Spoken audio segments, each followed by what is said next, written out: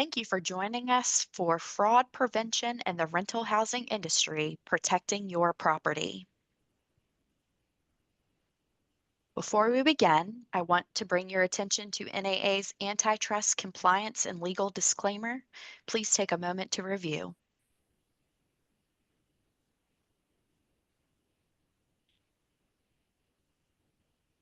And now it is my pleasure to introduce our speakers, Ms. Shatoria Daniels, Regional Manager with Brookside Properties, and Ms. Jennifer Joseph, Area Manager, Real Source Properties.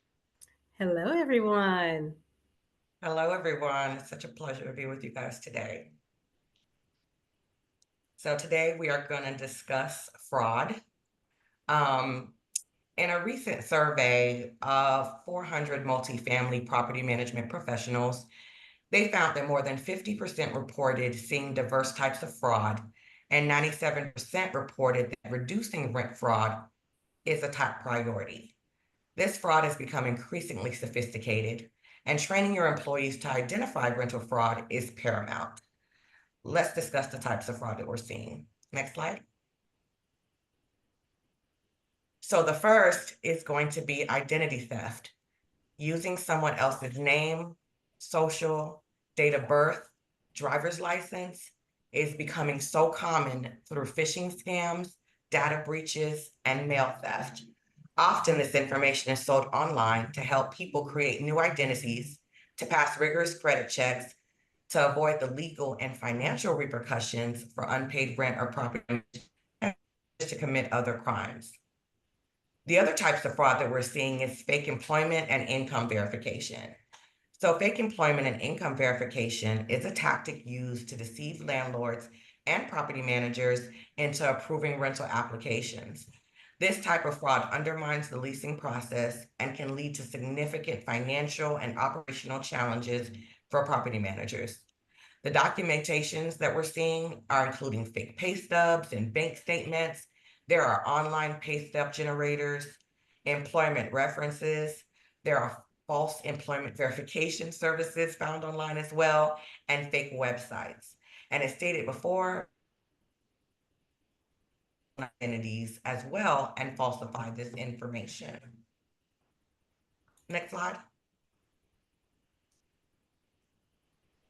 So misrepresentation of rental history, fabricating landlord references. Fraudsters may provide fake contact information for landlords, listing their friends and family members who pose as their former landlords. These fake references often give glowing reviews. They don't reflect the applicant's true rental behavior. They also include fake rental addresses. Applicants may list addresses they never lived at or provide fake leases to appear as reliable residents. This type of evictions, unpaid balances, or negative rental histories. They're also concealing evictions. Past evictions are often omitted from applications, providing false information or using forged documents to hide their eviction records, or using another person's rental history altogether. Similar to identity theft, fraudsters may use someone else's rental history to appear as a desirable resident. The other thing we're seeing is altered documents. Altered documents are one of the most common methods used in rental fraud to mislead property managers. And the fraudsters will manipulate actual documents such as pay stubs and bank statements to make themselves seem more financially desirable. They will also falsify their identifications or lease agreement. And this poses a risk to landlords, including financial losses, legal complications, and potential damage to the property's reputation. Another one that we're seeing, that I'm seeing here a lot in Atlanta, is using CPNs. So for those of you who are unaware, CPNs are credit profile numbers, and they're marketed to people as alternatives to Social Security numbers for building credit. But here's something that they may not know, that CPNs are federal crime. This is considered to be intentional misrepresentation of your identity to deceive landlords or financial institutions, and it's considered identity fraud. CPNs are also a violation of fair housing laws as well. Submitting false information, including using a CPN, violates rental agreements and can potentially lead to legal action against the tenant or resident. So if you find that your applicant or even your resident applied and moved in using a CPN, you have the grounds to terminate that lease on that basis. But check your local laws to ensure that this is accurate for every state. Next slide. Well, thank you for that, Jennifer. I know everybody wrote down possible fraudster with CPN evictions. That's a note. That's a note to look into. That was something I didn't know. So I appreciate all of the information you gave us. So now that we have discovered the types of fraud, now we have to go into the early warning signs. Next slide, please. So during the leasing process, we have to recognize our early warning signs. So we do have to understand the common fraud tactics. So with that, we have our falsifying of our income statements, identity theft, and subletting scams. So with this particular webinar, you will hear me and Jennifer speak about some of the same things and how they're connected depending on what phase we're in. So just bear with us. You will see how all the puzzle pieces come together. So again, you've heard her just state about the falsifying income statements, identity theft, and the subletting. Subletting scams is something that has really taken off more here frequently. Excuse me. Yes, has taken off more frequently. With the subletting, that is something where people have decided to go rent an apartment. They will then take that apartment and advertise it like it's on Craigslist or a Facebook Marketplace. And then they'll have people come and apply with them, and then they will give them the keys to that apartment. And we'll never know who's living in that unit.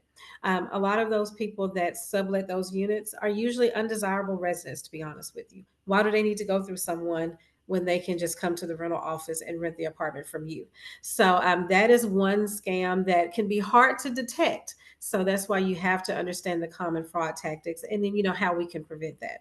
So after we've learned our common fraud tactics, now we can review and analyze application material. So we have to be very, very diligent on verifying and analyzing our documents. So you have to verify all your details, like your addresses, your dates, the employment history, on all documents. They need to be consistent.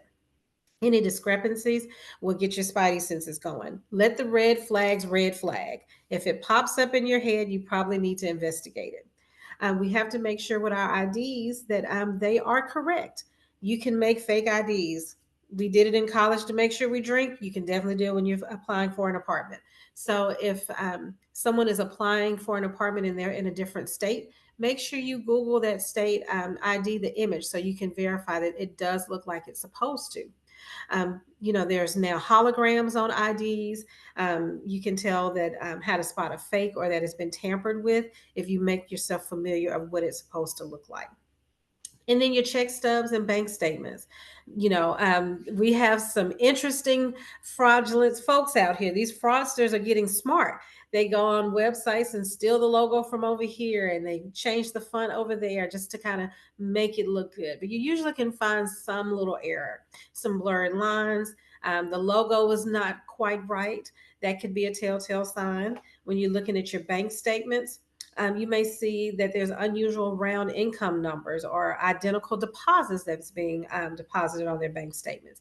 One of the things you can look at when you're verifying that is depending on the position they're in and how they're being paid. So if you have someone who's a cashier at your local grocery store, they're probably an hourly employee. Their bank deposits for their their paychecks should not be the same every 2 weeks. So if that's their position in the hourly, it shouldn't be $2,000 biweekly. Now, if they're a property manager and their money is the same and is identical, that may be right because it could be a salary position. So you have to really look at what they do for a living, what they documented, and how it's documented versus what that bank statement says.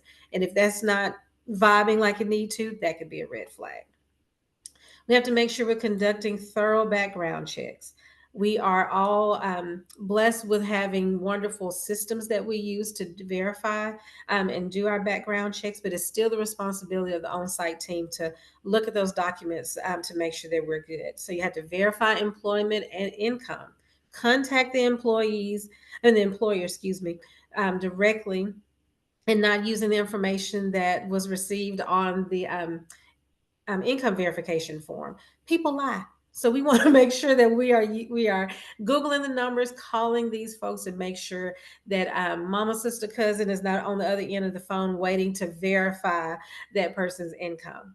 So we want to make sure that we're doing thorough background checks and credit checks. And you do want to look at the credit history. We know that our systems will spit out an answer for us, but we do want to take the time to verify the information that's on those credit reports. Those CPN numbers may pop up, or you may see where it says there's no social security number. Year 45, how do you not have a social security number, sir? That's a red flag. So, you want to make sure that we're um, just double checking the system. The system is only as good as the information that has it in there. We want to observe applicants' behavior during the leasing process. If they are ready to go, they're putting the pressure on our leasing people to make sure they get an apartment. Sometimes that's a red flag. Just like Jennifer said, what are they? What are they running from? What are we looking at? We want to make sure that our leasing people feel comfortable in the space they're doing so they can do their job correctly. But when they feel that pressure from that person, that's when missteps and mistakes happen. And that's what that fraudster wants. They want them to overlook certain things because they're working hard to get them in. So we that is a telltale sign. We want genuine applicants. So if a person that wants to live on your site wants to live on your site, they're going to give you all the information you request. They're going to give you the patience. They want to make sure that you're doing everything right because they know that you're going to take care of them once they're on site. So if I'm taking care of you in the beginning part, they're going to have confidence in you to take care of them through that lease. So genuine applicants do not mind giving that extra information.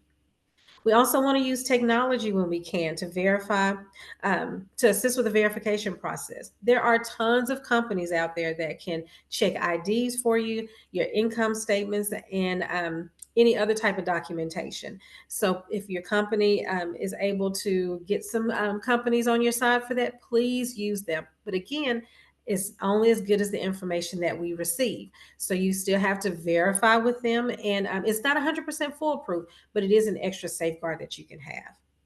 You need to stay up to date and trained on fraud detection. So attend those workshops. You're attending a webinar now, so we know that this is on your radar, but don't let it stop there. Fraudsters always find new ways. So it may be something that you need to put on your calendar every 6 months, see if there's another webinar or a fraud course that you can take to make sure that you're staying completely up to date on all the things. And then you need to establish a clear policy for documentation. So, for documentation verification, your company probably already has something in place, but sometimes, depending on the area you're in, you may see more fraud that's happening than maybe your sister properties in another state.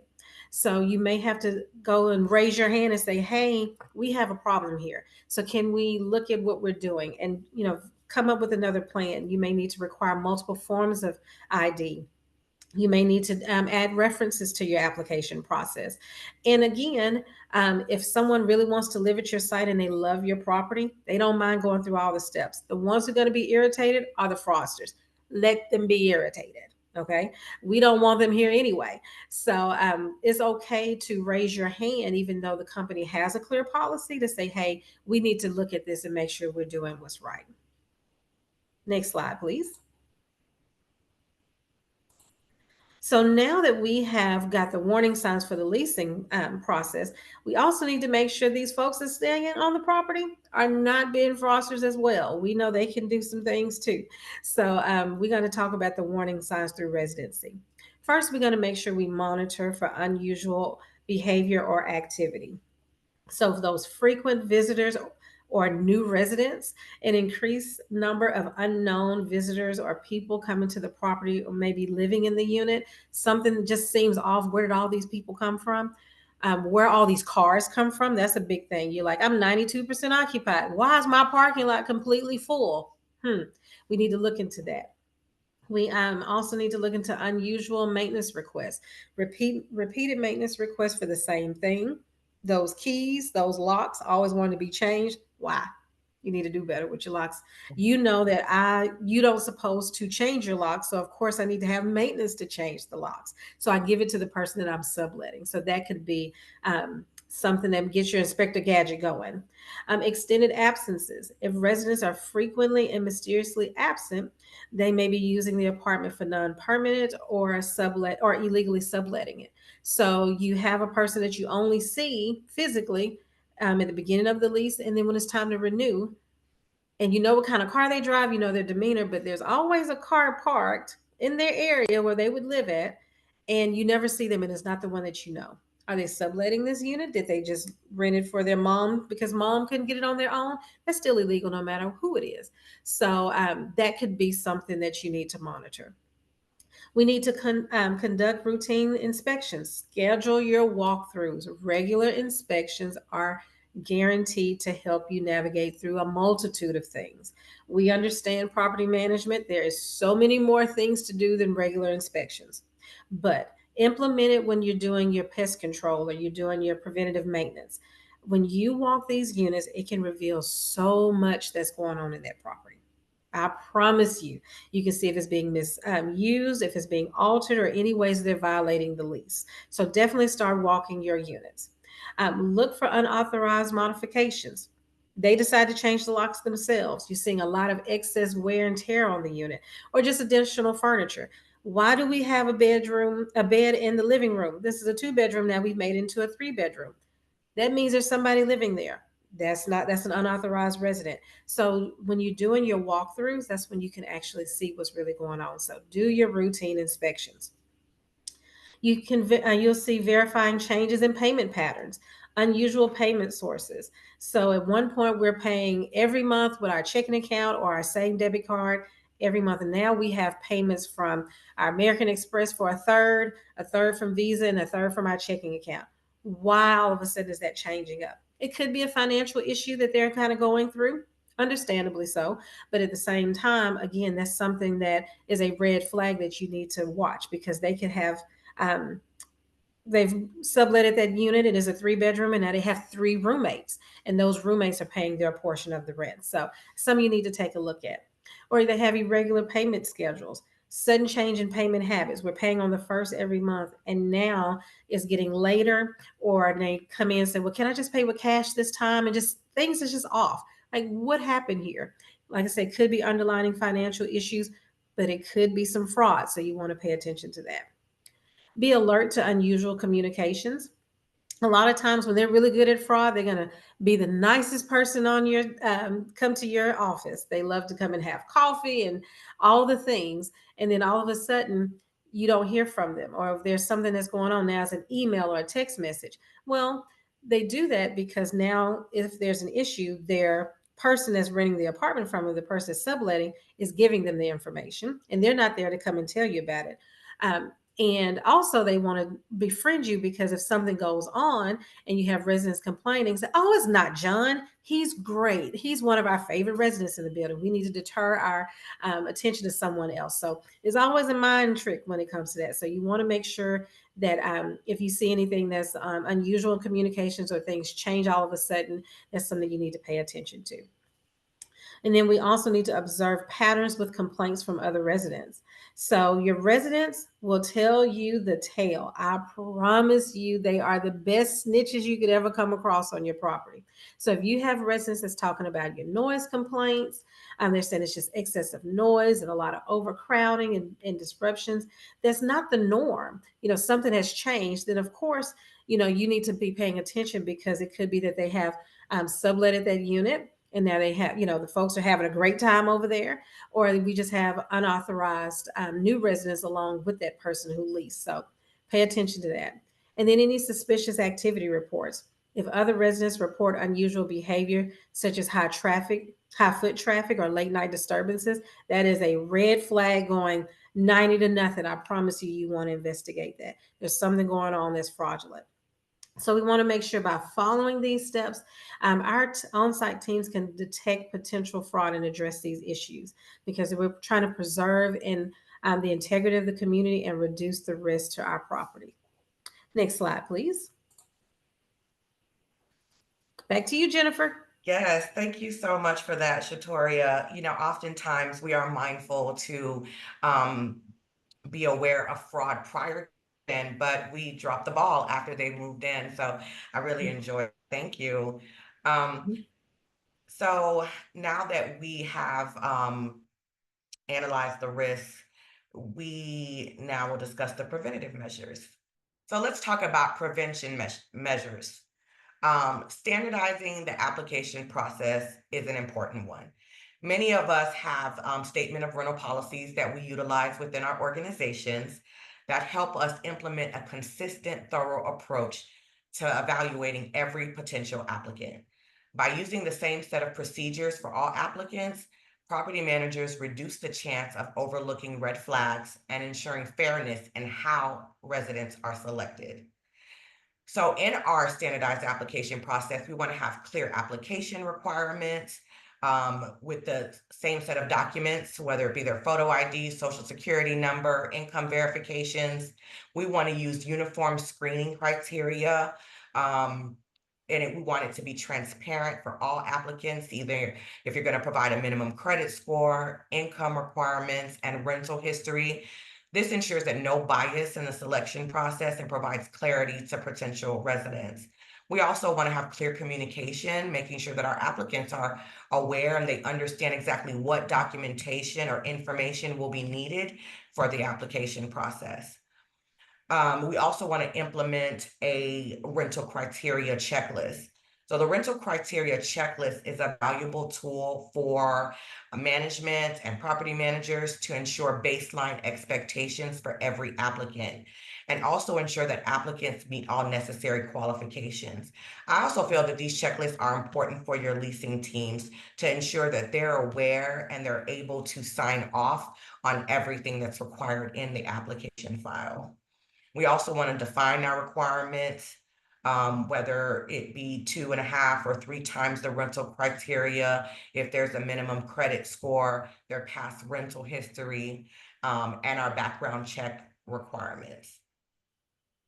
And we also want to streamline those decisions as well so that there's no questions in regards to fair housing and why someone is approved or not approved. So conduct thorough background checks. Background checks are one of the most important tools in identifying fraud and evaluate an applicant's history. This background check can include a criminal history, eviction history, and credit checks. And oftentimes you are able to cross-reference the information that appears here with what's on their application. For example, if this applicant says that they've been with their employer for 5 years, this will most likely be reflected on their credit report. The same as their landlord information. That oftentimes past residences will appear on your credit report as well. So you want to make sure that you're conducting a thorough background check. Also, the lack of a credit profile can be an indication that this person is using a CPN as opposed to an actual social security number. Verify employment and income. Verifying employment and income is crucial for ensuring that the applicant can afford the rent and is financially stable. So steps to verify employment and income include pay stubs and bank statements. We want to request recent pay stubs or bank statements as proof of income. Be wary of any altered or fraudulent documents. Ensure the bank statements match the applicant's claimed income and show sufficient funds to cover the rent. We also want to cross-reference to ensure that the amount that appears on their direct deposit is matching the deposit that's showing on the bank statement. Sometimes if they don't match, that's a clear indication that there's fraud. We also want to do direct employer verifications where we call the employer directly using the contact information listed on the application. Now, they may not verify that employment income or any of their information. However, if that information matches, then it's an indication that that may be accurate employer information. Check references. So I know that this is a very unpopular method as a lot of applicants will provide their friends or family member information. However, contacting their previous landlords to verify the applicant's rental history, including payment, timeliness, cleanliness, behavior, whether they left in it is very important. Not everyone is utilizing fraud, so we still want to make sure that we are utilizing this as a reference. However, I will add that homeowner information is public record, and if your applicant is stating that they're renting from a private owner, it is possible to go online and verify of that home. I do recommend that for anyone who is processing an application and they're saying that they're renting from a private owner. Apartment communities are easily verified, but oftentimes we find the fraud, they're listing their rental history as being private owners. Be wary of red flags. During the application process, be alert to any red flags that might indicate fraudulent activity. Shatoria talked about that a little bit earlier. Some common red flags to watch out for are inconsistent or missing information. Applicants who provide inconsistent details, such as their different addresses or employment information across forms, may be attempting to hide something. If they're reluctant to provide accurate contact information or documentation, proceed with caution. This is an indication that this is fraudulent. No credit history or thin credit history, that can be an indication, as I stated before, that this person is utilizing a CPN. Unverifiable employment or income. If the applicant's income verification documents are hard to verify, or if they refuse to provide supporting document, it's possible that they're falsifying their financial situation. And I think Shatoria mentioned it earlier, pressure tactics or urgency, needing to move in the next 24 hours. Be wary of applicants who rush the process or create a sense of urgency without a valid reason. Fraudulent applicants may try to manipulate the process to avoid detailed scrutiny. And finally, educate your staff on fraud signs. It's important to educate your staff who are involved in the leasing process on how to spot fraud and what to do if they suspect fraudulent behavior. Next slide.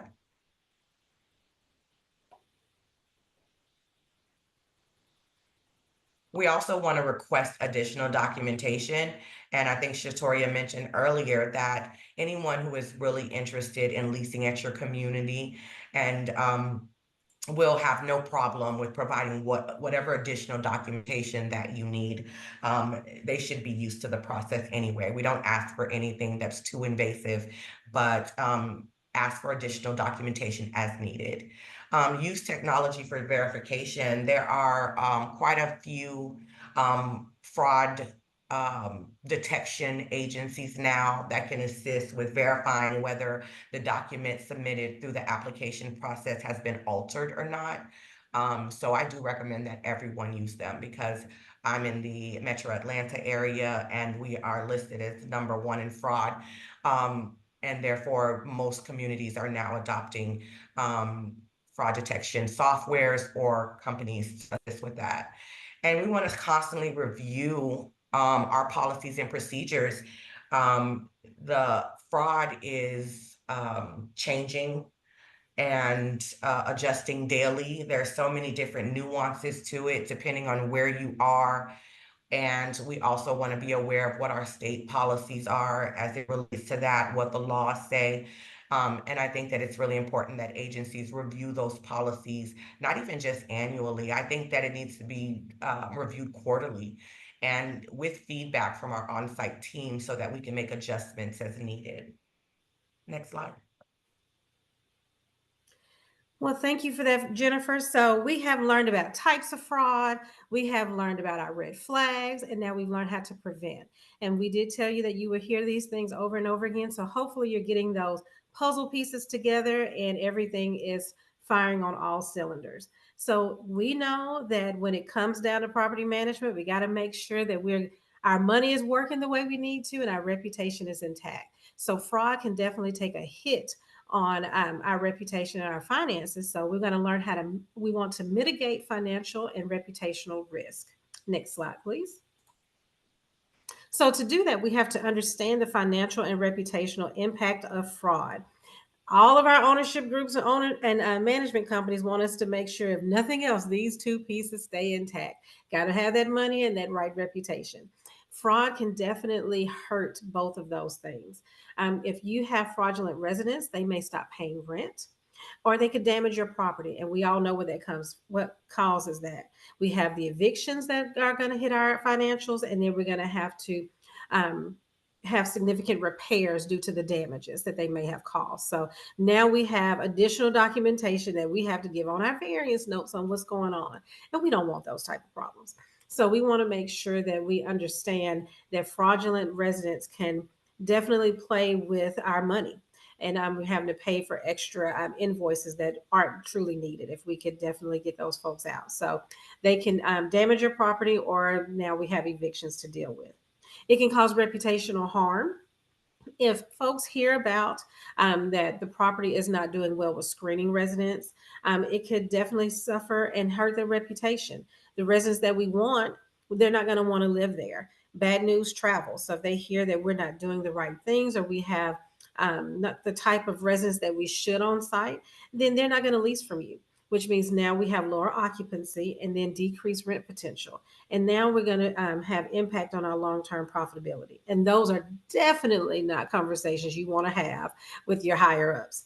So we want to make sure that we are truly understanding that fraud impacts everything that we do. So now that we understand the impact, we want to make sure we're implementing rigorous screening processes to reduce the risk. So we've said it once, twice, three times now, four. We have to conduct the background checks. Comprehensive background checks is the forefront of all of this, making sure we're including credit, criminal, and prior rental references, and verifying those documents.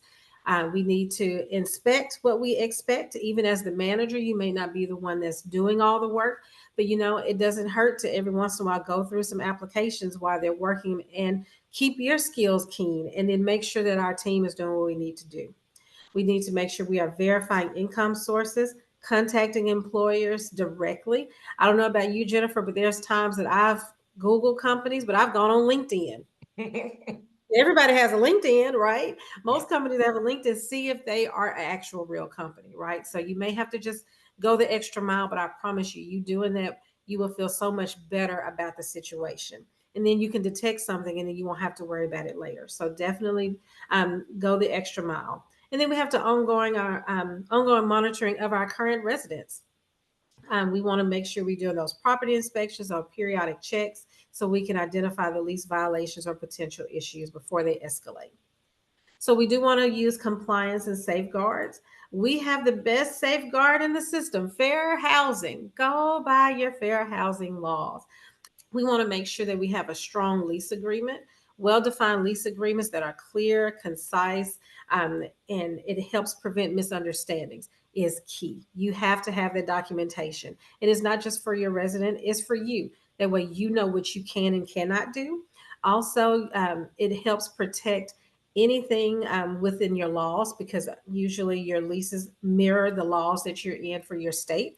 And we have the perfect lease to use. Looking for one, this is the one to get. But if not, and your company does something else, you still want to make sure that they are very clear clauses.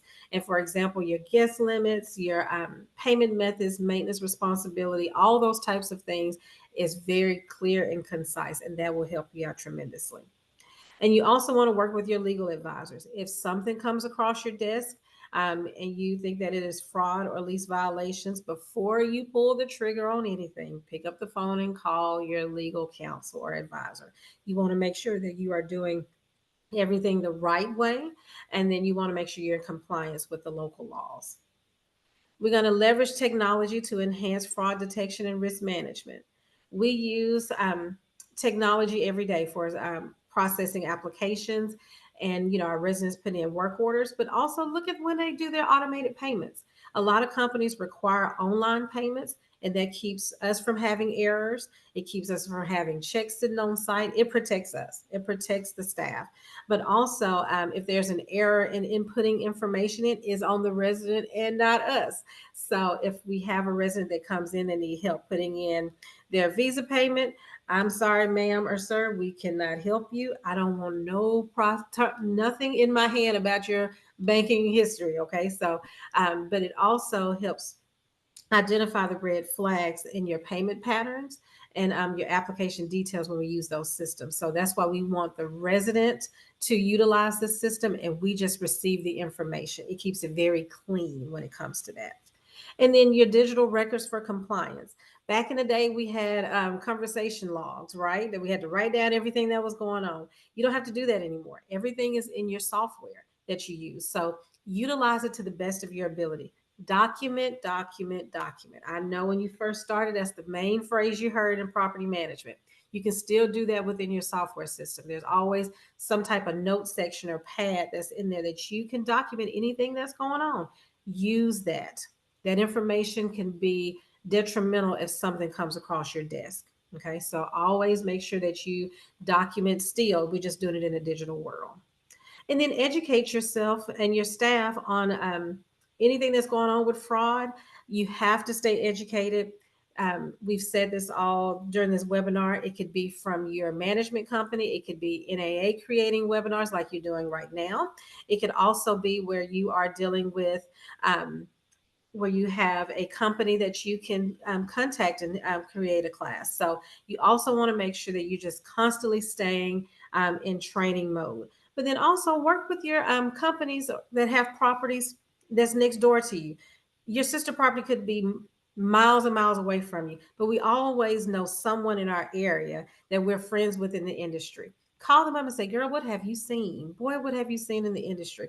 Or if something goes on, y'all have that communication with each other. Say, hey, let us know if something's going on so we can be aware. It may not have come across your desk yet, but it may be coming soon. So make sure you leverage those conversations and relationships with folks in your area. And then just ask them, have you seen anything going on there? That can be very, very key. But by taking these actions, property managers can protect against financial losses, maintain a positive reputation, and foster a secure and compliant community. We can't guarantee it, but we want to make sure we put our very best foot forward. Next slide, please. Thank you so much, Shatoria. Mitigating our financial risk and our reputation is so important. I think that's the area that's most impacted by fraud. So now we're going to go into team training and awareness. So team training and awareness, training our on-site teams to fraud is crucial, and also how to handle it. So our on-site staff are often the first to notice signs of fraud, specifically during the application process, because they interact directly with the applicants. They handle personal and financial information. So having a well-trained team can spot red flags that may indicate fraudulent activity, such as suspicious documents. Our team should be trained to recognize fake IDs, false income documentation, or inconsistent rental histories. Now, they may not be able to see it all. However, there are certain things that they should be able to point out and they should be looking at, such as, for example, does the math on a pay stub? Are the hourly and number of hours work matching? Are the deductions calculating correctly? And sometimes even whether the tax codes for your state are correct. Also, unusual behavior, applicants who seem defensive, hesitant to provide the information, or provide vague or inconsistent details could be attempting to conceal fraudulent information. And financial inconsistencies, discrepancies in payment records, such as unusual patterns in application fees or rent payments, should be flagged early by the on-site team. Risk reduction. Implementing strong internal controls and fraud prevention strategies will significantly reduce the risk of apartment applicant fraud. This includes thorough document verification, ensuring that all applicant documents, such as their pay stubs, bank statements, and rental histories, are thoroughly verified. Cross-checking details against government databases or contacting previous landlords and employers directly can help confirm authenticity. Payment pattern monitoring, keeping track of their application fees and initial rent payments. Watch for the unusual patterns, such as frequent requests for fee waivers or payments made under suspicious circumstances. I think Shatoria talked about some of that. Secure resident data, protect sensitive resident data from identity theft by limiting access to personal and financial information and ensuring proper data handling practices. Heightened awareness among on-site teams about fraud trends is crucial in identifying fraudulent activity early.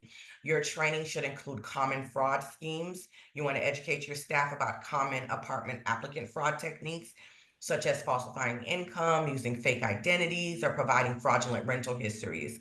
Fraud indicators, such as mismatched addresses on documents, discrepancies on income or employment history, or a pattern of multiple short term rental stays.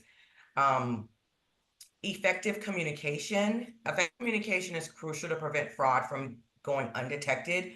If our on-site team notices suspicious activity behavior, they must report it quickly and securely. This can include clear reporting procedures.